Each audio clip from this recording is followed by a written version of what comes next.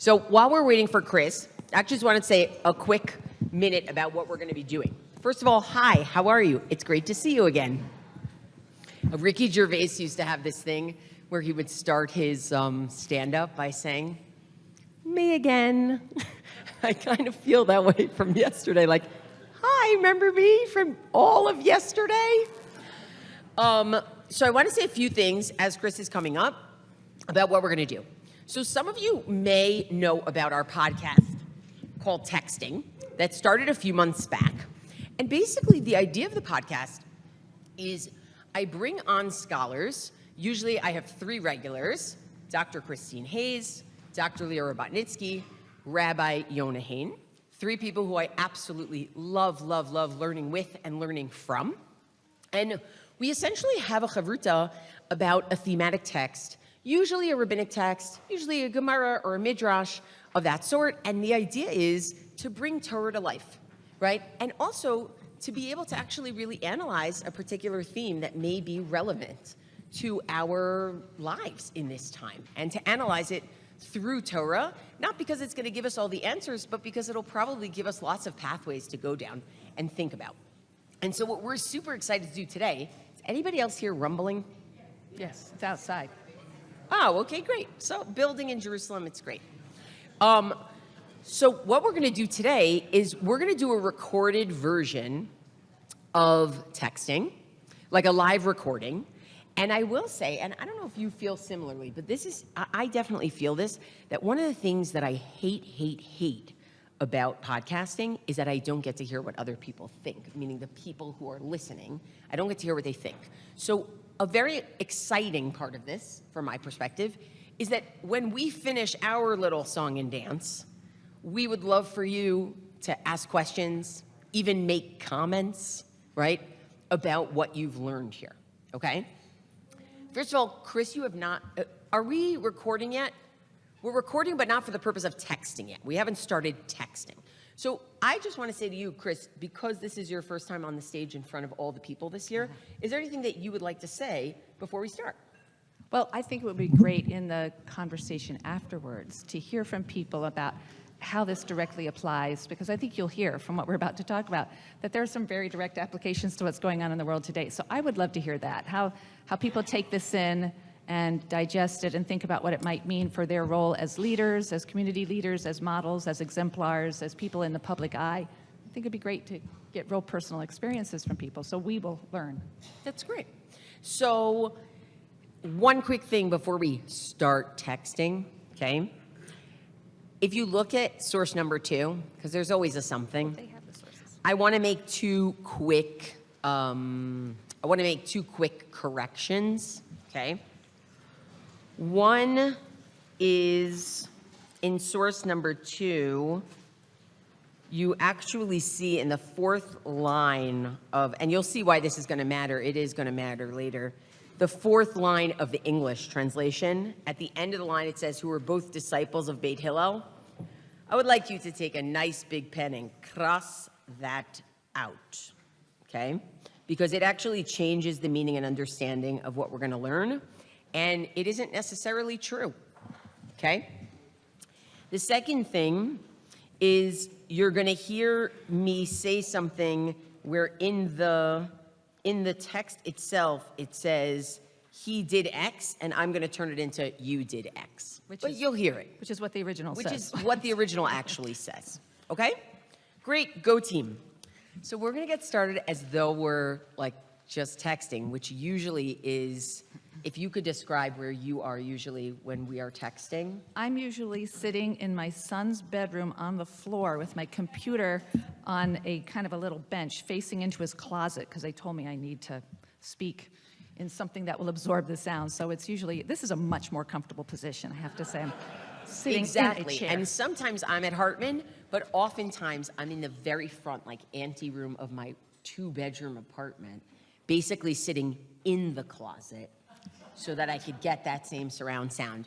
So essentially, they've let us out. They've let us out to be here today. We're out of the closet. And it's like, wow, they might regret it, I don't know. Amazing. All right, so let's get started. We're going to do our thing for a little while, and then we're going to let you know when it's time for comments, questions, okay? Welcome to Texting, where we consider issues relevant to Jewish life through the lens of classical and modern Torah texts. I'm your host, Alana Steinhain. We're recording live in Jerusalem on July 15th, 2024, in front of what we call RTS, the Rabbinic Torah Seminar, Hartman's annual learning retreat for 200 North American rabbis. If you'd like to follow along with today's text, you can find the link to our source sheet in the episode description. Have you ever been looking over your shoulder as you decide when to like a comment on social media? What I mean is something like this. You see a post that you agree with, but you're not sure whether you want to publicly like the post. So what do? You look at who else has commented positively, or has shared it, or has attacked the post, not in order to learn more or think more deeply, but to figure out whether you'll feel safe publicly aligning yourself with the idea. Whether I'd like to admit it or not, I definitely do this. These kinds of moments bring up questions that are salient to our culture today. How we perform our identities publicly for others, who we prop up as trendsetters, or find ourselves parroting consciously or unconsciously. I think it's worth talking about these issues because culture is deeply shaped by these interactions and decisions. And it may surprise people to know that this notion of being watched or curating oneself and one's actions for others who are observing them is a consistent thread running through rabbinic life and literature. So today we're going to talk about what we might call the rabbinic panopticon. Ancient rabbis who are being watched by their students. Sometimes they don't want to be watched.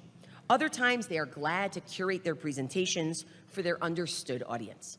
And to talk about this today, I have the person who, to my knowledge, coined the term the rabbinic panopticon, which is Dr. Christine Hayes.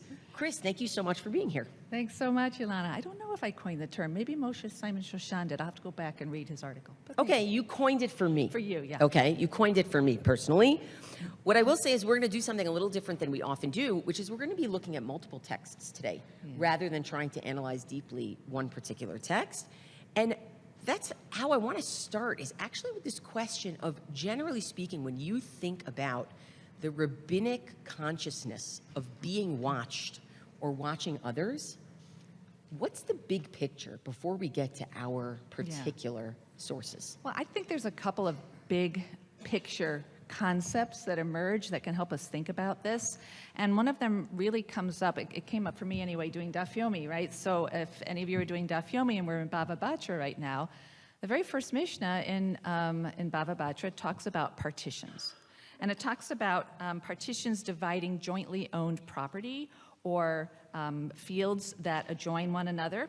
So imagine two people who own a joint courtyard or a garden, or they have neighboring fields, and one of them wants to build a partition to divide them, and the other person doesn't want to build a partition. So can the reluctant person be compelled to build a partition? And there are lots of considerations that go into whether or not you can compel someone to participate in building the partition. But one consideration is whether the purpose of the partition is to prevent some sort of harm or damage, financial harm or damage.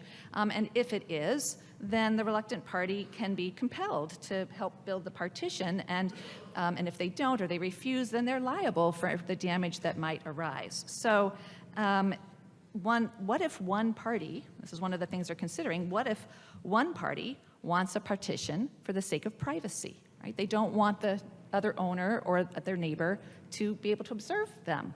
And do we say that they suffer a form of damage or injury from the gaze of their partner or their neighbor, from the loss of privacy, so that we can compel the reluctant party to participate in building this partition? So the way the Gemara phrases this question is with this term hezek re'iyah, the damage that comes from seeing or from observing another. And that's the question, is hezek re'iyah, shema hezek, is its name really hezek? Is that really a kind of damage we would put in the legal category of damage and compel someone? Or lav shema, shemei hezek, right? Is its name not damage, and it's not really a substantive harm? So For example, they say if there are a lot of people in a courtyard, they can be compelled to build a door so the public can't gaze in. And they say, well, yes, in the case of the public looking into your courtyard, that's a case of, shemei hezek, hezek re'iyah shemei hezek. That really is a damage, but not necessarily an individual looking in. So then they talk about someone building a wall opposite the window in another building. You have to make sure you build it so that it's so tall or so short that if you stand on it, you can't peer in the window. And that is a hezek, right? So looking at someone in a private space where they might do things where they don't want to be observed, that is understood as being a Right. hezek. So you're already starting by telling us, before we get to these stories of rabbis who know that they're being watched Yeah. and they're curating what they do, Right. the everyday person doesn't always want to be watched. Right, exactly. So there's this concept that we can do harm by observing others in private places, right? But we can flip it around. So they do flip it around because sometimes the harm can flow in the other direction. And it's not the person being observed who's harmed, but possibly the observer. And that's the idea that stands behind the companion principle, which we're really going to see in our sources. And that's the principle of marit ayin, right? The principle that, which literally means appearance to the eye, marit ayin, appearance to the eye. And this is a worry that an observer can misinterpret something that they're seeing, and that can have negative effects. And because of that, the rabbis will sometimes prohibit something that technically is permitted, but they prohibit it because there's a danger someone will misinterpret the action and they'll draw the wrong conclusion. A classic case is in the Bavli and Beit Sa, where you have Beit Shammai.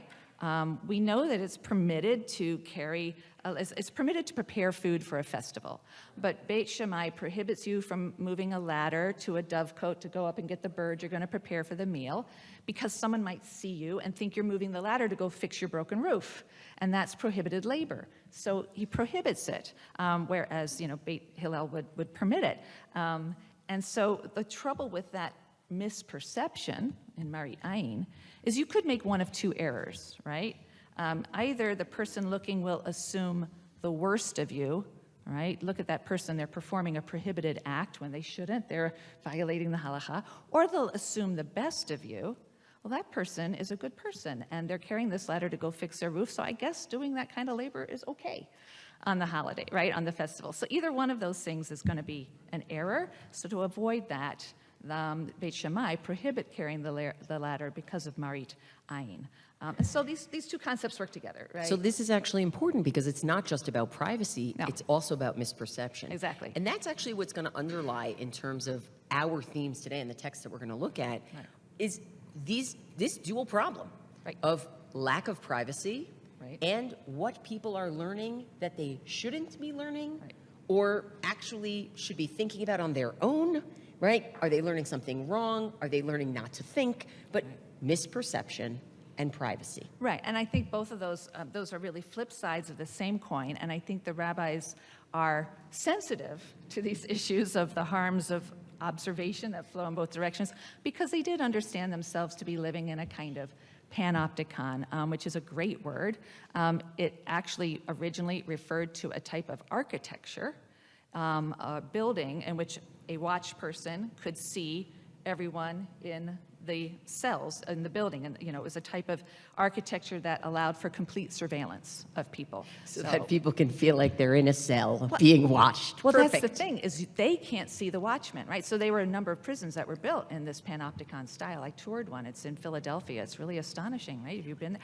But the idea is the watchmen can see every cell because they're fanning out like spokes of a wheel, but the people in the cells don't know that whether or not they're being watched. And so they have to assume all the time that they're being observed, which is a kind of prison inside a prison, Yes. isn't it, right? And so the rabbis do kind of assume that they're always being watched. Wow. Wow. So let's get started. We have 3 cases that we're going to be looking at. The first case, I would say, is probably the most uncomfortable, right? It's probably the most uncomfortable case. It's the Babylonian Talmud Brachot 62a. And we have a number of stories where rabbis students really, talk about following their rabbi into strange places.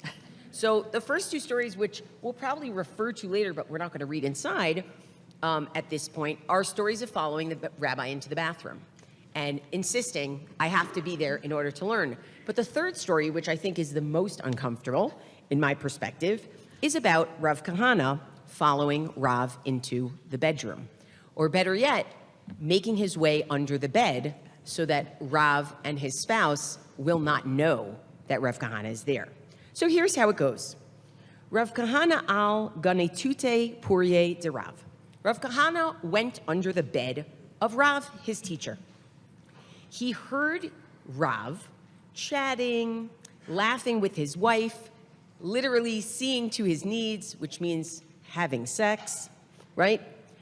And he said to him, I just want you to imagine, he's hiding under the bed, and then he's sort of like, wait a second, Rabbi, okay. Amar le, he said to him, Dame pume da'aba kedelo sarif tavshila. It sounds like, and Rav's name is Abba, but I do think it's interesting that he's calling him father, right?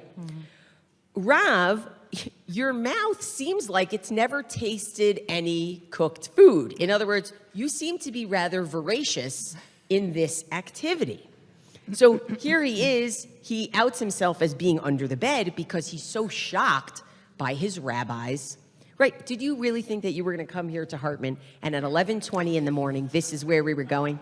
No, you didn't, and you're welcome, okay? That's what happens when they let us out of the closet. This is what happens. Back in there, it's like the panopticon, I'm much more careful, right? So, Amar le, so Rav says, now, of course, as a woman, would I love to know what Rav's wife is thinking? Guess what? I know what Rav's wife is thinking, okay? He says, Kahana, Hakat, you're here? Po, get out of here. Delav orach ara, this is not appropriate. This is not derech eretz. This is not the way this should be. Amar le, he says, Torah hi v'lilmod ani tzarich. This is Torah, and I need to learn it.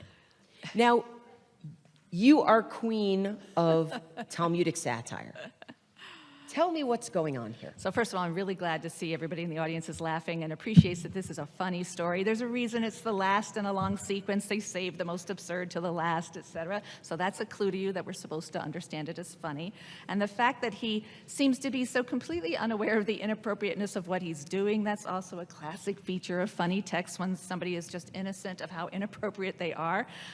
So it is terrific that in the middle of the act, he sees fit to, share the lesson that he's learning, if you will, as if he's sort of watching a laboratory experiment. And look at that, he goes at this with such vigor and, in the middle of the act and startling Rav and presumably his wife as well. But what's so ironic about the whole thing is that he says to Rav, well, I'm here to learn. I'm here to understand how to behave in the bedroom. I'm here to understand how to engage in sexual relations. Well, the way to behave in a bedroom is privately. The way to have sexual relations is not in front of other people, right? And so he's sort of undermined the effort in the very doing of it. And I think Rav really kind of flips the gaze, right? He says, you're observing and commenting on my behavior. Let me observe and comment on your behavior. Puk, lav orach ara. This is rude. This is not how we behave in general, right? Forget about how we behave in the bedroom. Forget about how we behave in sexual relations. This is not how you behave as a civil human being. Stories can both be funny and have a serious point, by the way. They're not contradictory. And so, learning proper behavior by observing exemplars is one thing. But if observing means invading their privacy, then there's actually a deeper, more basic lesson that you need to be learning, a more basic level of proper behavior you need to be learning about the importance of privacy, especially in the context of intimacy and emotional and physical vulnerability and so on. So there's just this delicious irony of the whole thing as well when he crosses that line. And I think I would also want to flip it because I think we live in a culture where we share way too much of our private lives. And I'm very glad to see Rav saying, no, you are not supposed to be here. Right. There are actual limitations on what I need to share or should share or how I'm supposed to share it. And I think that's kind of a lost art in our culture. Yeah. So that's another piece that I see here. And then there's another layer to this, in my opinion, because what does it mean that he thinks that he needs to imitate everything about his teacher? That kind of parroting and mimicry, meaning I understand we have different teachers for different things, and I'm not sure that we might not be seeing something here that is kind of a lack of just reflecting on one's own. Yeah, I think there's two issues, really. I think to get more to the first point of what you said, certainly it's important to have teachers. We're lifelong learners. We need teachers. We need exemplars to model behavior for us. But there might be a kind of observance that actually is detrimental to us, that desensitizes us. And I think that's what we're seeing here, that Rav Kahana is so obsessed with, learning. He becomes desensitized to the importance of privacy. He becomes desensitized to the fact that there are some things which are spoiled in the act of observation, some things that require intimacy. And so not respecting people's privacy in those moments actually degrades our humanity. It isn't contributing to our learning and growth. It degrades our humanity. It degrades our ethical sensibility and sensitivity. So yes, you're right. But it's because we want so much to have a certain answer, right? That's why we do it anyway. There's this desire to have certainty, to know what to do, maybe even to feel virtuous. If that person's doing it and they're virtuous, then by my mimicking that, I am also virtuous. Virtuous character goes a little deeper than that, though, right? Than just mimicking someone's behavior. So the absurdity of it, I think, exposes some of those problems with the whole culture of exemplarity, of being an example, of having models, of mimicking others. And to be fair, I would love it if Rav had a class for his students on Jewish approaches to intimacy. Right. That's very Hygiene different 101, I think they used to call it back in the day. Oh my gosh, talk about like really taking the passion out of it. But the idea that I, as a leader, would actually be an exhibitionist in that way, right, I think is highly problematic. And it also puts his wife in a position of being something and someone who's watched, right, whether she likes it or not. Right, they've both been put in that position, right? He didn't want it to be either. Right? Look, So, I'm married to a rabbi's son. We know exactly what it is to be watched all the time, whether you like it or not. And you didn't choose it, right? There's real sensitivity there. I want to actually just make reference to some of the stories that come before this in that Talmudic passage, because it is very rich, first of all, that we kind of up the ante from following someone into the bathroom to following someone into their marital bed, right? I do think that's an upping of the ante. Absolutely. But within those earlier stories, what you basically have is Rabbi Akiva says, I followed Rabbi Yeshua to the bathroom, and this is what I learned. And Ben Azai turns to him and says, how dare you, right? Ad kan he'azta panecha berabcha. Did you have such azut panim? Did you have such brazenness that you would follow your teacher like that? And then he says, no, Amar lo Torah hi v'lo ani tzarich. I need to learn it. And then in the next incident, Ben Azai, who was so shocked that Rabbi Akiva would follow his teacher into the bathroom, says, oh, once I followed Rabbi Akiva into the bathroom, and this is what I learned. And somebody else asks him, Ad kan he'azta panecha berabcha? Did you actually have such azut panim? So I think there's also a learned behavior of this, right? It's sort of, at first you look at something and you say, there's no privacy here. This is too much exhibitionism. It's sharing too much. It's exposing too much.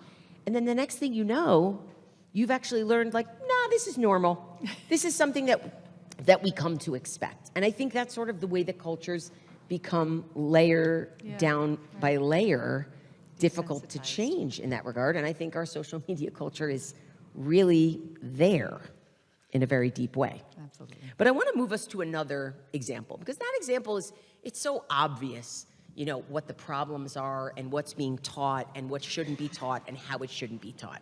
I want to move us to another example where I think we're actually looking at a situation where it is healthy to learn and it's right to be watching, and the rabbis are aware that they're being watched. And I think the payoff, in some sense, for our thinking from this one comes less about whether privacy is needed or not and what's exhibitionist, and more on the score of what are you trying to teach when you know people are watching, right? What is it that you're trying to put forth? So we're looking at the Babylonian Talmud, Brachot 11a. Do you want to read, Chris? Sure, I will. And you're right. We're flipping now from thinking about hezekri, the harm through invasion of privacy. And we're flipping now to thinking more about marit ayin and how you can sort of curate your behavior so that we have a positive kind of, exemplar behavior. From privacy to misperception. Yeah, we're shifting to this other side of the coin. So, Tanu Rabbanan, so we have a Braita which teaches that Beit Hillel, all right, Omrim, so Beit Hillel say, and these are their rules for when and how you should position yourself to recite the Shema. And they're going to say you can do it in any position. They're going to say Omdim Vekorin, you can stand and recite the Shema. Yoshvin Vekorin, you can sit. Matin, Holchin Baderech, Osin B'melachatan. All of these you can do and read. You can do it when you're reclining. You can do it when you're walking by the way. When you can do it while you're engaged in work. I just want to admit, as someone who has on occasion had to daven on the subway, I'm a big fan of Beit Hillel here. Big fan. I hope you lie down while you're on the subway to do it, though. No, I live in New York. I don't lie down on the subway. So then this is followed by a ma'aseh, where we have Rabbi Yishmael and Rabbi Elazar ben Azariah, and they're musubin b'makom achad. So they are feasting, which means they're relaxed and sort of reclining. And the time comes to recite the Shema. Kivan shehigi zman kriyat Shema. Rabbi Elazar reclines, and Rabbi Yishmael is upright, maybe stands, but becomes upright in some way. And so Rabbi Elazar ben Azariah says to Rabbi Yishmael, Yishmael, my brother, what is this? Let me draw you an example of the behavior that you've just engaged in. It's as if somebody has a beard and someone pays him a compliment. You have a full beard, it suits you. And they simply indicate that they have a beard just for spite. Yeah, this is to just stick it to all those who shave their beards off or something. In other words, you're just being ornery. I did one thing, and so you just chose to do the opposite, just to be ornery, right? And this gives Rabbi Yishmael a chance to explain what it is that he did. He said, no, I acted in accordance with the opinion of Beit Hillel, all right? Ani asiti kedivrei Beit Hillel, according to whom you can recite the Shema in any position. So I chose to be upright. You acted in accordance with the view of Beit Shammai, who says you must recite it lying down at this particular time, right? At night, in the morning, standing up. So you followed the opinion of Beit Shammai, and so I followed the opinion of Beit Hillel. Why? And they're going to go on and give an explanation. He starts to give the explanation here, but it gets explained a little better further on.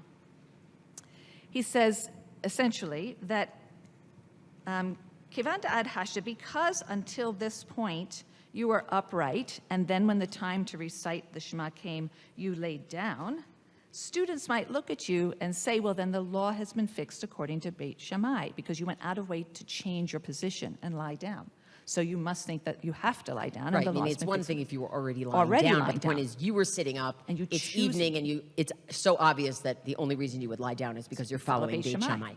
I'm afraid people will therefore draw the erroneous conclusion that the law has been fixed according to Beit Shammai. So even though I was lying down, and even though I follow Beit Hillel, which allows me to choose any position, and I could have remained lying down, I decided to go upright as a signal to some offstage set of onlookers that the law hasn't been fixed. It's still an open question. Very different kind of Okay, observing. so I want to do this in two parts, because I think the moment where they're each in their natural positions, right? It's Rabbi Elazar ben Azariah sitting up, Rabbi Yishmael happens to be lying down, and then it's time for Shema at night, right? And when Rabbi Elazar ben Azariah sees Rabbi Yishmael change his position, he sort of looks at him and says, are you just doing this so you don't look To like bug me? And I have to be honest, I think I've probably been in situations, I think we've probably all been in situations where we actually do something in order to make sure that people know that we're not aligned with this other person who's doing this other thing. It may be we use different language than they use. It may be we sit in a certain way that's different. There are all sorts of things that communicate, I'm sitting here with you, but I'm not quite with you, which I don't feel that about you. No, I don't But either. Here, have some challah. Thank you so much. I really appreciate that. I'm telling you, if we sat in the closet together, I think things would be a lot easier in life, I think. But I think the point is, there are actually times, like, I don't think Rabbi Elazar ben Azariah is so off by saying, hey, I did one thing and you did the other. It looks like you're just trying to spite me or do something different. Sometimes you actually have That's to do true. that. And I think also to add another layer to this, the same action can send two messages to two different receiving parties. And I think that's what's going on here. So he takes an action to send a message. He does send a message, but he sends two. So from Rabbi Lazar ben Azariah's perspective, the message is that, I want to differentiate. I'm being an ornery. You did that. I'm just going to be ornery. I'm going to do something different. But he then therefore has to explain. So sometimes we actually have to explain the reason for our behaviors. It's not enough. We can't assume that people will draw from our behaviors the conclusion or the message that we want them to draw. So sometimes we actually have to add a little commentary. I wasn't doing this just to be ornery. I understand how from your perspective it looked that way. And so he explains to him that wasn't it. I'm trying to send a larger message that people shouldn't draw the erroneous conclusion that the law has been fixed, right, according to Beit Shammai. So I actually inconvenienced myself. I went out of my way. I could have just remained lying down and let the chips fall where they may. People can make their own mistaken conclusions. It's not my problem. Well, it's also funny because there are parallels to this text elsewhere. There's a parallel in the Yerushalmi, there's a parallel in Tosefta, and I can't remember in which one right now, but actually it's Rabbi Yishmael who speaks first and says, Rabbi Elazar, what are you doing? You were already in a position, just stay in that position. I know what you're doing. You're moving so that people will think they should follow Beit Shammai. And I'm not going to let you just do that and take advantage of the fact that I'm already sitting here. I'm going to let you kosher Beit Shammai's version because I'm here, right? So I really love that version because it's Rabbi Yishmael saying, I'm not the one who changed.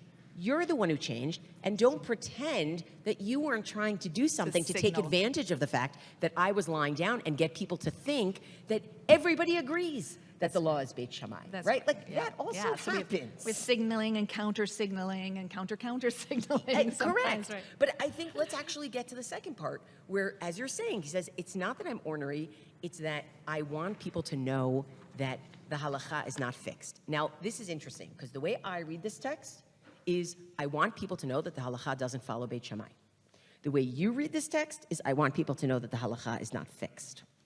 Tell me more about that choice of I want people to know that the halacha is not fixed. Well, I think the very word they use, v'yikba'u, right? He says, Shema yir'u hatalmidim v'yikba'u halacha ladorot, lest students see and the law become fixed eternally. And in fact, it's still open. So I think that's what pushed me in that direction. What's interesting about what you're suggesting, right? And by the way, the other versions say we don't want them to establish it like Beit Shammai for generations. This one's open, right? Not surprising. We chose the open one. But I think it's interesting to consider that what you're really asking here is what are you trying to communicate to people? Yeah. There's one type of communication, which is, by the way, the communication that Rav Kahana is looking for Rav, which is give me the answer. Right. Tell me what I'm supposed to do. And there's another kind of communication that you're seeing through this. It's open and it hasn't yet been established, is you're saying, I actually want you to think about which position makes more sense, which position you're going to follow. I don't want you to just parrot me. Right. It's a little bit like, you have things going around. Somebody actually just posted this yesterday, I saw. Things going around to teach people how to be media critical, right? Don't just believe what you see, but here are some things that should make you think or ask questions, right? So it's we don't want you to just parrot. Right. Because actually sometimes that parroting itself can lead to misperception and sometimes that parroting is just bad. You need to actually think for yourself. Absolutely. So this is like a real rebuttal to the Kahana story in a certain sense. If you Absolutely. view it as we want it to be left open. Right. I think there are different kinds of exemplars. You can, and he is not modeling a particular position or opinion. He's modeling an approach. He's modeling an attitude that acknowledges difference, maybe even respects difference, doesn't try to shut down difference, right, with one final answer. But again, models the importance of acknowledging difference and uncertainty, as opposed to modeling a position, a final answer. Right, and you know that I We're all about instinctively, no, I'm saying, but you know also that I instinctively like the other versions better, where he essentially says, I want to make sure that people know it's not Beit Shammai. Right? I understand that's not the same as saying I want people, because in They're really this, close. I'm not sure I see a huge difference between okay, them. I'm going to give you an example. There was a recent assassination attempt on a presidential Heard candidate about in America. Rahman al-Islam. What a crazy world we live in. And I was like, do I post about it? I'm in Israel, I'm in Jerusalem, I'm busy, And I said to myself, I do not want people to think that I don't consider this a grave endangerment of democracy and something that is completely forbidden by Jewish law and by law, right? So because I wanted people to meaning I wanted to make a statement that the law is not like X. Whoever's making jokes, whoever's making light, whoever's suggesting, well, right? Like my head went straight to Yigal Amir and Rabin. Straight there, right? And I think that was very important, meaning who cares about my stupid social media posts? But you know what? The people who I teach, where I actually do post other things, I want them to know law is not like X. It is like this. I'm not looking for open texture there. I'm not looking for anybody to parrot me either, but I am looking to stand against something. And I think sometimes it's really important to stand against something. Absolutely. And I am sure that Rabbi Yishmael would feel exactly the same way as you on many important issues, right?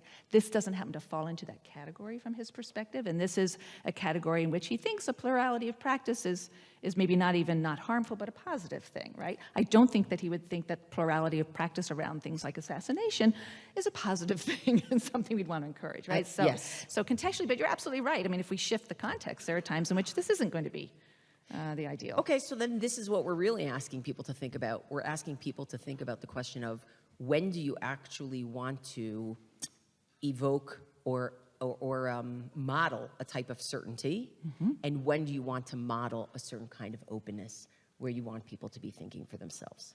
Great, and you need to be able to do both at different times, and maybe if you're always using one and not the other, there are serious dangers. There's the danger of getting into the Rav Kahana Rav situation, if you're too dogmatic, too certain, and there's the danger of not condemning things that need to be condemned if you're too open and too sort of letting everything be a matter of individual thought, even when you're responsible. Great, let's move to the third, right? Now that we solved that problem. Yeah, thank goodness. Right? Let's move to the third, because the third is also bringing us in a slightly different direction, right? If our first was sort of examples where privacy is being undermined and parroting is the order of the day, sort of influencer culture, we might call it, like proto-influencer culture. And our second is an ability to express to people, sometimes anti, but in this case, likely an open texture and purposely expressing that. And that doesn't make you wishy-washy. It makes you someone who recognizes that there's an ecosystem out there that people should be participating in. I think that our third is sort of a way of, not just a principle of openness, but a way of dealing with people and with law and with leadership that's being modeled. And it's also in sort of an odd example, right? You wouldn't necessarily say, oh, let me see how leadership is exemplified in the case of lying down for Shema. But to be honest, I think that in mundane acts, you actually do find those kinds of, I mean, how many things have I learned from my teachers based on what they're doing when they think no one's watching or when they're not sitting up here, right? Like that's so much, to an extent, more important, right? So our last piece is the Mishnah in Nida. Mishnah in Nida, chapter 8, Mishnah 3, is talking about a situation where a woman shows up to Rabbi Akiva, and she says that she's seen a menstrual stain. Now, a menstrual stain, again, not sure if you thought that at 11:43 on a whatever day today is, you would have heard this here, but that's what you're hearing here. Welcome to texting, okay? So a woman walks up to Rabbi Akiva and tells him, that she has seen a menstrual stain. Now, in halakha, a menstrual stain, depending on, how, I'll say it like this. In halakha, a menstrual stain is a nida issue from a rabbinic perspective and not from a biblical perspective. And as such, it has many, many leniencies, like shocking leniencies. And one of the leniencies that is going to come to bear here is if somebody thinks that it may not actually be menstrual blood, it actually may be some sort of wound, right? Some sort of cut, some sort of infection, something that isn't actually uterine menstrual blood. And so this woman comes to Rabbi Akiva, Maseb Isha Chat Shebat Lifnei Rabbi Akiva. Amra lo, and she said to him, Ra'iti keta. I saw a stain. So the idea is, presumably, he's supposed to say to her, okay, how big is it? What either material or Color. body part? What color is it? Right? Like all the sort of like checkbox, if you're thinking, right, the way that the rabbinic literature deals with these things is very clinically, right? It's almost like a doctor's office. That's the feeling you get. So it's like, okay, so tell me, we're going to check the things, and I'm going to tell you, do you have this or do you have that, right? So are you tehora? Are you still ritually not, what's a better word? Pure. Pure is No, better I than don't clean. like that Clean. word. I like it No, better not than clean. Clean No, is not like clean. hygiene, and Not it's not clean. about hygiene. No. I like pure, but that's all right. Pick another But I word. don't love pure Fit. either. I don't know. Fit is really Fit? kosher. That's not Okay, the right- ritually pure. I'll do that. Yeah, Ritually pure. ritually Right, pure. you're ritually pure, or no, you're tme'ah, you are ritually impure. So look at what happens. She says, I see a stain. Amar Allah, he says to her, Shema makah tabich, maybe you had a wound. Right? He doesn't just say, tell me, what is it? How big? How small? He says, not the checklist. He says, let's talk about this. Maybe you had a wound. Amralo, hein v'chayta. She says, yeah, I did, but it's healed. So it's definitely not that.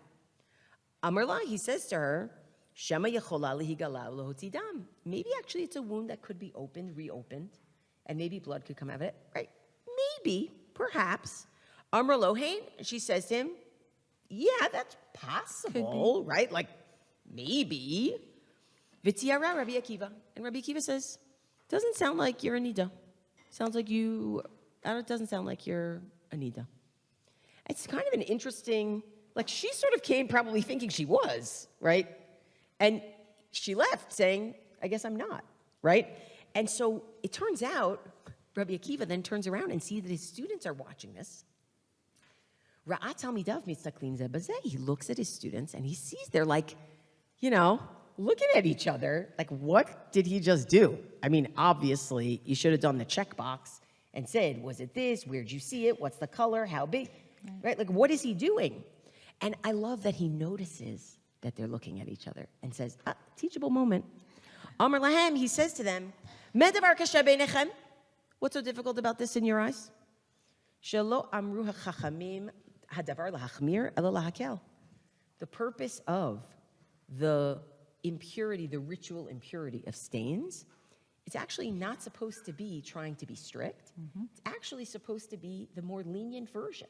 So I'm trying to find that for this person, right? Shenemar, and then he cites a verse, which I think is an interesting verse that he cites, because the verse that he cites is V'ishat ki tiyeh zava dam yezova bivsara, Vayikra, Leviticus 15, when a woman is flowing and there's blood flowing in her flesh, and then the answer is dam veloketem. It's blood, but not a stain, which is very strange because it's actually implying that staining would not be ritually impure, That's right. which is not that's not the way that halacha ends up going, and it's also not the way he seems to talk to her. He seems to talk to her as like, if we figure out that this stain is ritually impure, it's ritually impure, but in this case, it's not. It's a very strange verse that he quotes. Yeah. I sort of read it as, well, to be honest, this whole arena is pretty... That's rabbinic. It's rabbinic. It's not biblical. Exactly. He's It's reading rabbinic. it out of the biblical verse and putting it into the Correct. rabbinic category and saying, therefore, we can be lenient because in cases of doubt, Yeah. if it's Yeah. biblical, we are stringent, but if it's rabbinic, we're lenient. Yeah, so let's talk about this kind of leadership. Yeah, And I know we have to say, obviously, if we were doing a feminist reading of this work, it would be a very different kind of conversation. One of the things that Chris and I don't speak for you. One of the things that I do is I know that I can figure out which hat I am putting on at which times. Some people hate that about the way that I teach. For me, it's the only way that I know how. Right? I need to know what is my orientation. So I apologize if it offends anybody that we're not doing that piece of it, because I think it does matter a lot. But in this moment, because I'm focused on that aspect of it, that's why I'm going there. But I don't speak for you. No, that you do speak for me, and there are lots of questions we can ask of any text. Did everybody hear that? She said I speak for her. She did. She speaks Okay, for me. great. Amazing. Sign it. Signed, sealed, delivered. Amazing. There are lots of questions we could ask of any text. It's hard to ask all of them at the same time. Right now we're asking certain ones, but we could sit down and have a really great conversation that asks a different set of questions and reveals a different set of ideas. So I think So that's well said. fine. But yeah, what I love about this story is the way it unfolds. So when it starts, we think that we're just witnessing a dialogue between Rabbi Akiva and a woman. That's all. And the important thing is that it is a situation of doubt, right? The status of this stain that the woman sees is a question of doubt. And it's one about which we cannot get certainty, right? Its status is simply something that can't be determined as a matter of fact. And so when we are in situations of doubt where we can't determine the legal status of something as a matter of fact, then we have to invoke a presumption, like a legal presumption. And you might think that in a case of something like ritual impurity, you might want to be stringent. And we know that there were whole communities of Jews, some who lived off in the desert, who decided, unlike these texts, that when it came to ritual impurity, there was no room for leniency and that you were as stringent as absolutely possible. And they would have ruled very differently in this kind of case. So these students, evidently, too, think that that would be the right way to go, right? In the case of doubt, that we ought to be going with stringency here.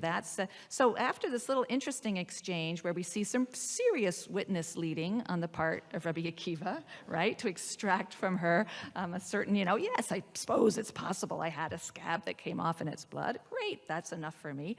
So after we see this witness leading, then the camera pulls back and we realize that there are students there and they've been watching this. So I kind of feel like he knows they're there, right? It's not, Totally. but so then he turns to see what's their reaction, which means I think he knows it's a performance.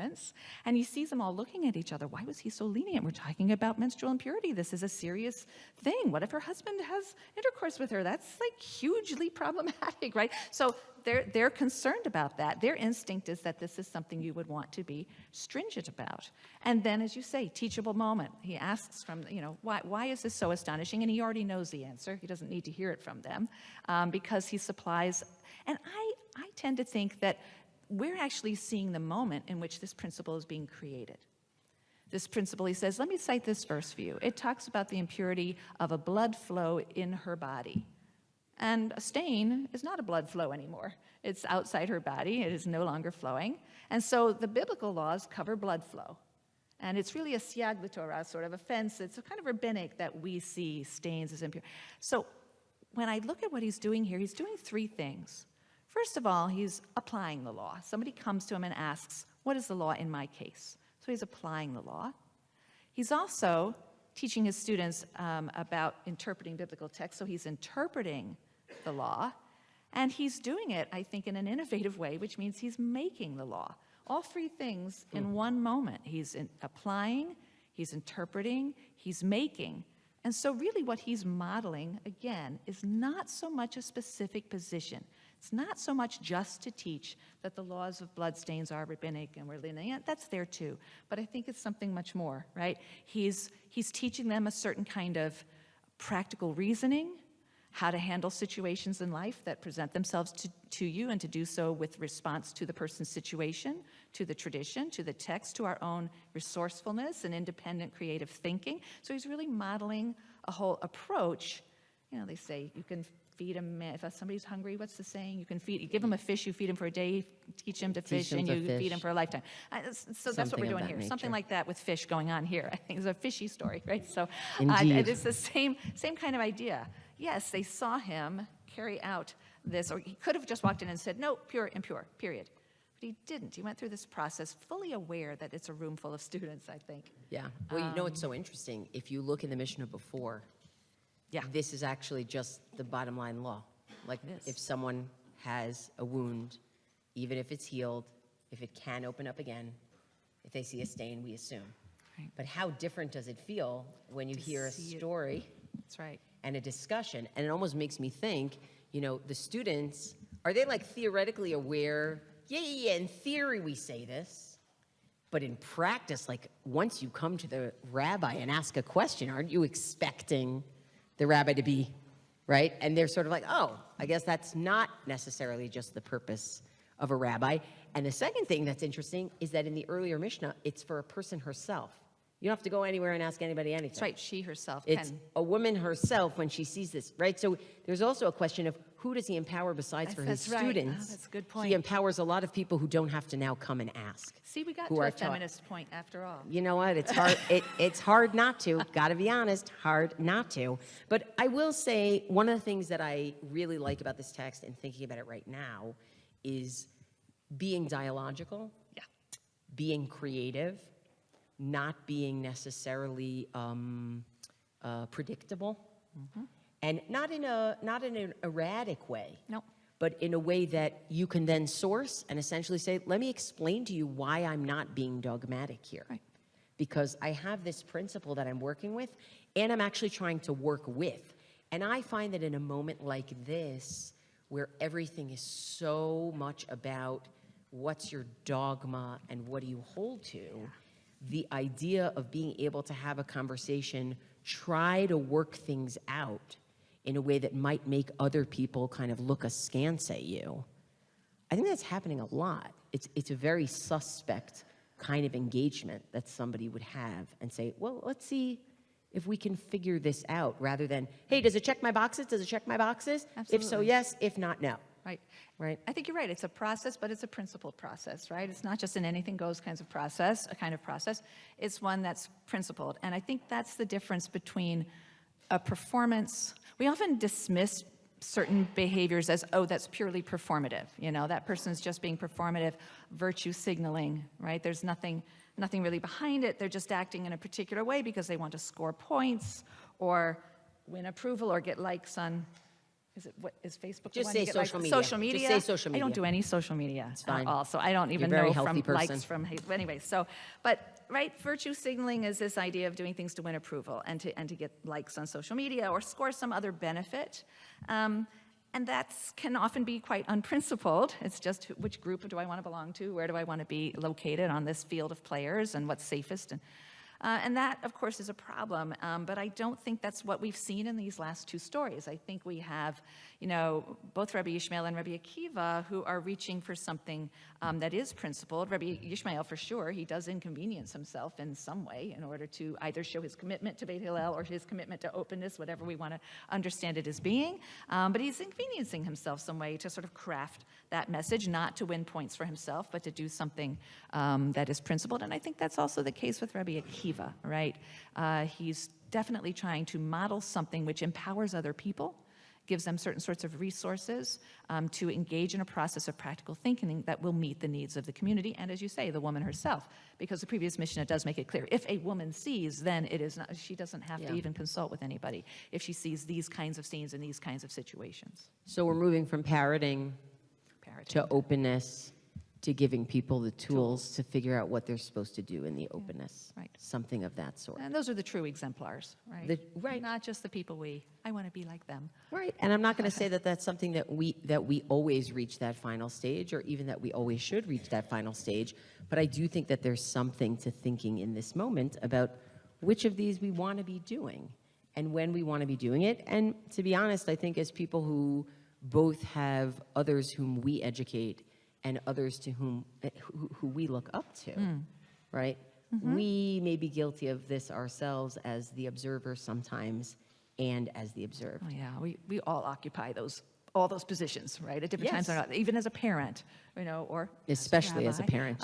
you know, and still a child of our own parents. We're always occupying these multiple roles at different times. Well, one of the things that's incredible about our podcast today is not that it's double the length. So anybody who chooses to listen to the podcast, it's usually 30 minutes. But we have an incredible number of people sitting in this room who also sometimes find themselves in the Rabbi Yishmael position and sometimes find themselves in the Rabbi Akiva position or in the students of Rabbi Akiva looking and saying, how are we doing this? And I'm curious how they metabolize some of these ideas and where they come up in their own lives. As I mentioned before we started the recording, one of the things that I think is most difficult, and I hope this makes this into the texting recording eventually, that's a note for Tessa. Tessa, that's a note for you, is I never get to hear what other people think. besides for the person I'm talking to. So I'm curious, people in this crowd who are sitting here with us, what resonates? What do you relate to? What questions does this bring up for you? And let's open it up. Do they need a mic? And we have someone who's going to have a mic walking around, I think. Great. Wait, let's get a few hands raised just so that we can see where everybody is. Okay, so we got a bunch on that side. This is Michael Belinsky. This is a little more textual, perhaps, than what you specifically asked, Ilana. It just struck me with the first series of texts that precisely the saying, this is private, how dare you, the Gemara there is very revealing and ultimately is teaching the Torah that it is Torah and I must learn. So it seems to be, it seems to be a dual message playing itself out. If it was concerned with privacy, it wouldn't have had all the details, but providing in some sense also a model, and particularly with Gemaras, which, you know, where rabbis leave their wives for such a long period. Here's, especially the last one, an example of what a healthy relationship can be. Maybe we'll take a few. Hi, Elisa Master-Benowitz. I'm thinking about the two relevant things that came up for me from these two texts. So the first is in the Rav story, when we say there are certain things that prices we're not willing to pay in order to learn because it desensitizes us. To me, that immediately gave me an association of how we choose to watch or not watch the horrors from October 7th. And are we willing, what's the price we're willing to pay in order to have that learning of what happened, but what does it do to our humanity to see those things? And the second, which is the price in the other direction, is in the last story with Rabbi Akiva. Now that we know that there's all the students watching, this woman is sort of paying a price of her privacy by being an exemplar or a learning teachable moment for Rabbi Akiva's students, which reminds me also of like what we do in medical rounds or things like for doctors, you know, when they need to, we're willing to expose someone's privacy for the learning of others. So I guess in both cases, like where do we put the line? Yeah, that's great. All right, why don't we take one more?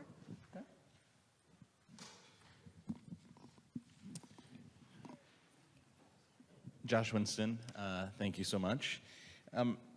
In particular, the Brachot 11a text, it raised for me this issue of, you know, we see oftentimes in social media, right, we're just getting very small snapshots, right, of a person's life.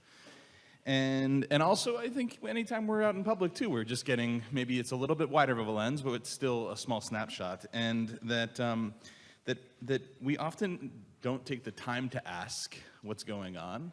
Why are you choosing to sit or stand for the Shema? And oftentimes, if we are willing in today's society, in at least American society, to ask, it often is interpreted as a judgment of the action of the person. And I think that it complicates the narrative that's being presented. Beautiful. Such a good point. Do you want to start? Sure. Yeah, for the first question, I think you're absolutely right. Again, funny texts also make serious points, and there's something really humorous, but also, I think, important about saying that Torah, there's no part of life that is outside Torah. There is a Torah-centered way to do just about anything, including how you go to the bathroom and how you have sex, right? So I think that that is definitely part of what's going on here. But you'll notice that by the time we get to the third story, there's a little bit of a shift in the pattern. In the first two stories, you have someone following someone into a private space and drawing certain conclusions, right? The person being observed isn't heard from in those two stories. I observed this and I drew these conclusions in a Torah-centered way. Someone else remarks that, wow, that was kind of bold of you to do that, right? But in our third story, we have a break in that pattern. And this time, in that moment of privacy and in that moment of intimacy, the observer speaks, and the observed party says, get out, right? This is crazy, and you want to know how to behave? It's not like this, right? And so that's why I think there's a little bit of a turning of the tables there, which isn't to say that there isn't a Torah-centered way to engage in sexual relations, but I think right now they're making a different and interesting point about how one can perhaps, in the pursuit of knowledge, betray a real ignorance, right? Or violate other kinds of knowledge that we should have. Should I address others? Do you want to say something about that one first? No, keep going, please, and then I'll jump in. Yeah, the sort of the desensitization moment, yeah, that's something that I mentioned it because it is something that I feel strongly about. I will tell you that to this day, I have not watched footage of 9/11. I have not seen the planes crash into the Twin Towers. I can't. The images in my head are worse than anything I could see. So that's why I always like to listen to baseball on the radio, that pictures are so much better. You ever heard that? Yeah, it's the same way, right? Sometimes what your mind can do. So we all have to know our limits. We all have to know what we can do, what we can tolerate. Some people, seeing certain things sensitizes them, right? I don't want to be prescriptive about that. We're all really different. Some people need to be shown certain things because they just can't imagine the most terrible things that can happen.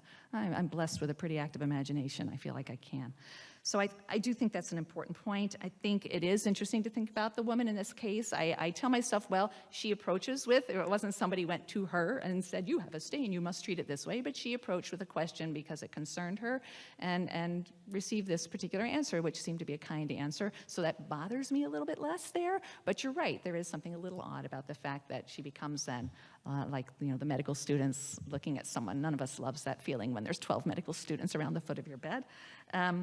And then, yeah, this is such an interesting point about, and this is one of the things I mentioned about Rabbi Yishmael needing to accompany his action with some explanation because of those different perceptions. Rabbi Elazar ben Azariah draws his conclusions, which really wasn't necessarily the point that he was trying to make, which doesn't make Rabbi Elazar's interpretation wrong. It's just not the message that Rabbi Yishmael was trying to do. And so we don't know. We often don't know the circumstances or the backgrounds. So often the very same action can mean very different things depending on the context and the background. And we're very quick to label and say, you did that because. We're very quick to narrate the reasons that people do things. I would only be able to do what you did if I were thinking or feeling X, and that would be terrible, so you must be thinking and feeling those things, and I can now judge you. We need to slow down and listen, allow people to narrate their own actions and behaviors before we really begin to engage with them critically or evaluate them in any kind of way. So it's really interesting. A few years back, I wrote something on social media. It's always social media. You're so That's smart. why I don't it's do always social media. So I wrote something on social media that was about Jewish and democratic Israel, and there was a terrible, sad thing that happened that day that was essentially to uphold Israeli democracy, but it was very, very painful. So somebody wrote, "Oh, crocodile tears," and I was like, "What? We don't even know each other." So we switched to Messenger, which of course is much better. I mean, the only thing that's better about it is that it's not in the public eye in the same way, right? It's still not the best, it's still not the face-to-face. Although sometimes when you're angry, face-to-face is actually not the best move, but it's less in the public eye, right? So we're less performative. We're all less performative. And we kept going back and forth, and he just kept not being able to figure out how to say something in a way that didn't already assume things and wasn't already mean. So I said, all right, I need you to try again, and then I'm happy to continue the conversation. It took about 11 times until he was able to say, so can you explain your perspective on X, right? But I want to flip the script also, because I think sometimes we're so close, like we're right up here worrying about who's threatening us and who disapproves or disagrees or is going to criticize us, that even when somebody asks a totally legitimate question, a totally innocuous question, tell me more. You're like, what do you mean tell you more? It's obvious. Everybody knows. This is so clear. Why are you questioning what I think? Right? So I think that is really important, to be aware of our own interpretation of what we're hearing. Not when somebody says crocodile tears, but when somebody just asks you a question, right? And I think that's important. The other thing that I wanted to say is, you know, you're sensitizing me, Aliza, to a lot of things, but you're also sensitizing me to the fact that not only do we not have the perspective of Rav's wife in that first story, we don't actually have the perspective of what it did to Rav Kahana to be there. Because from now on, he can picture his teacher in the bedroom. Like, that is not healthy. That is not good. That is the stuff of sitting on a psychologist's couch. And I do think it's really worth asking, like, when we're saying to ourselves, how much are we revealing? How much are we oversharing? There's also a question of what is that going to do to the listeners who actually look to you as, sometimes they look to you as they want you to just be strong, right? So you can't admit vulnerability. I don't think that's particularly healthy, but sometimes, and there are times when that's actually needed, right? Or they don't want to think about your personal life. That's really not what they're looking for from you, right? And to an extent, I think being somebody who's aware of being watched is a manifestation of agreeing to be public to an extent. Where are the limits of that? Sometimes the limits of that are even things you would want to overshare, and you shouldn't overshare because that's not what they need from you, right? So I appreciate the sensitization, and in terms of the October 7th footage, I haven't watched it. And I also, because I'm living in Israel this coming year, God willing, I haven't gone down to the south because I am afraid, it's not just dehumanization, I am afraid that before I go to sleep at night and when I wake up in the morning, that's what I'm going to think living here is, right? So there are a lot of different ways that it could permeate someone's soul and psyche. Other comments or questions?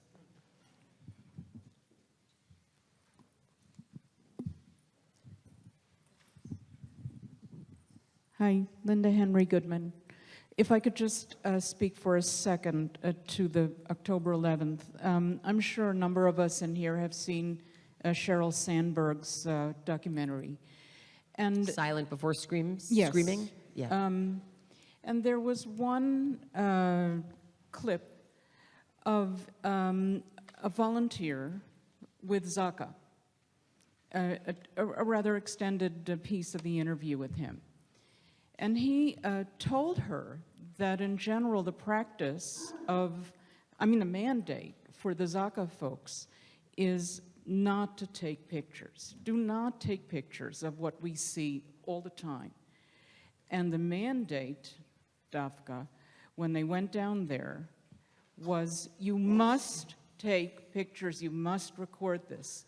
Yeah. And when I really forced myself to watch the whole film, it's so impossible for so many of us to actually conceive that members of the human race, I guess, perpetrated these acts on other members of the human race, that we must be forced to watch it at least once, so that we believe that it actually happened. Yeah, and I appreciate that intervention, So true. and at some point I will, but I can't yet.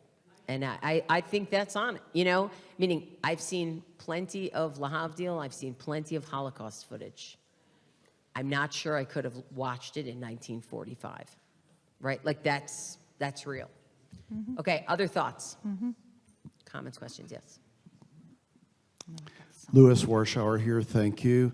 I'm taking from this discussion and about the episode with Rabbi Akiva and the woman and his students, the distinction between watching in order to imitate and watching in order to correct, and the two might be going on at the same time. And also in that story, what I would call the mutuality of watching. The students were watching him, and he was watching them. That's great. Yeah. We have some on this side also.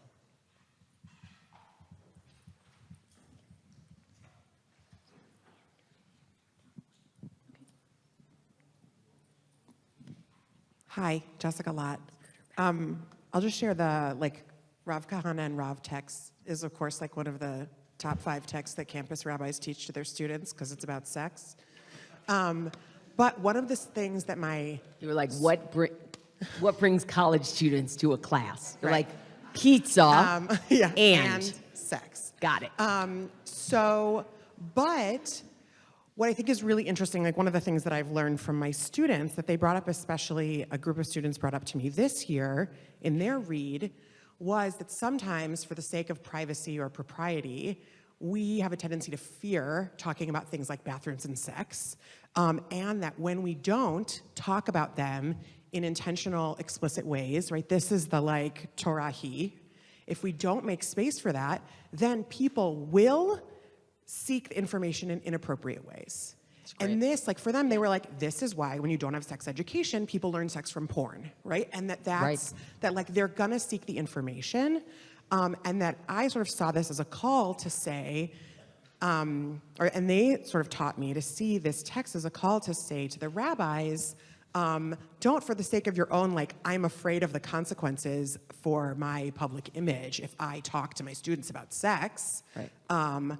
Like, you should actually say, I need to like embrace the way in which this is Torah and teach it in a way that doesn't violate my privacy, but it invites the conversation so they don't seek the information inappropriately. Yeah, it's so interesting. Is it okay if I jump in Yeah, first? 100%. One of the things that I think about as the core of education is empathy, right? Can you empathize with the people you're supposed to be educating? And if you can, that's actually going to lead you to think about how do they need to learn something, what do they need to learn, and what am I doing wrong if I put my image above what they need, right? That's a huge mistake, right? Like half the time when I don't want to say something controversial, I look out at the audience and I see the person for whom I have to say it, and I have to be my fully honest self, and that's what makes me say it, right? Because empathy, that's what it's about, so I totally agree. I would add, Louis, what I would add to your point is I would say that sometimes I think we're also, it's not just parroting or correcting, it's also teaching people how to think or teaching people how to be courageous, I think is also really important. How many times have you seen someone be courageous, whether it's because they're being dialogical or they're being creative, and you said, you know, if they can do that, I can do that too, right? At some point probably in our training in life, we've all seen someone do something like that. And the walls didn't cave in, and the heavens didn't open and strike them down, and they still went on to have a good career, except for Arthur Hertzberg's father, who apparently was fired 24 hours after he gave a particular sermon. Interesting. Other than that, I'm glad we have that on record. Huh. What did you want to say? Interesting. 100%. I agree with you. I mean, I think that's really the whole point, and that's the contrast between the different stories, right? It is perfectly, there is a Torah-centered way to approach all of these topics. The way he did it at the end was not, and perhaps it indicates a certain lack that he felt that he had to go and do it this way. I think that's really a wonderful point.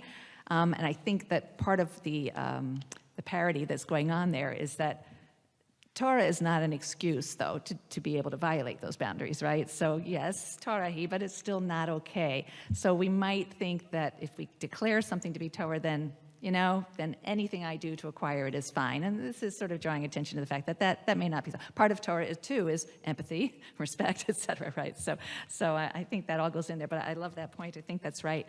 And yeah, and as for the other point, and the mutuality of watching, I think that's so important, this idea, you know, ra'ah, right? He sees that the Talmidim are, you know, mistaklim zeh b'zeh, that they are watched. So there's a lot of watching going on. There is this mutuality of watching because he's trying to read them. So some of the other comments we've had have been about how people jump to conclusions, assume that people are saying or speaking in a certain way for certain reasons. But here they're looking. There's a lot of looking going on and trying to assess what's going on.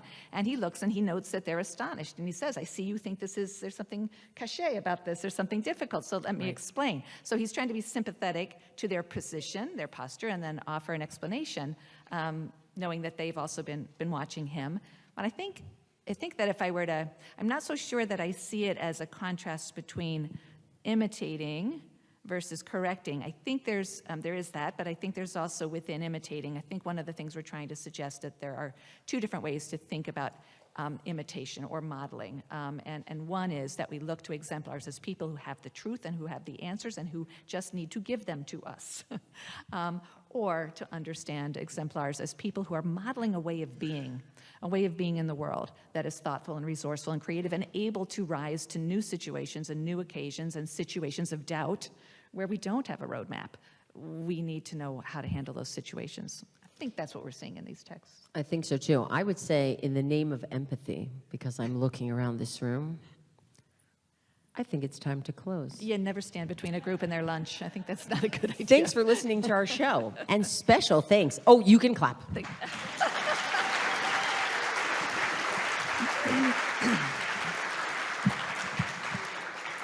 Thanks for listening to our show. And special thanks to my Chivrita this week, Christine Hayes. Thank you.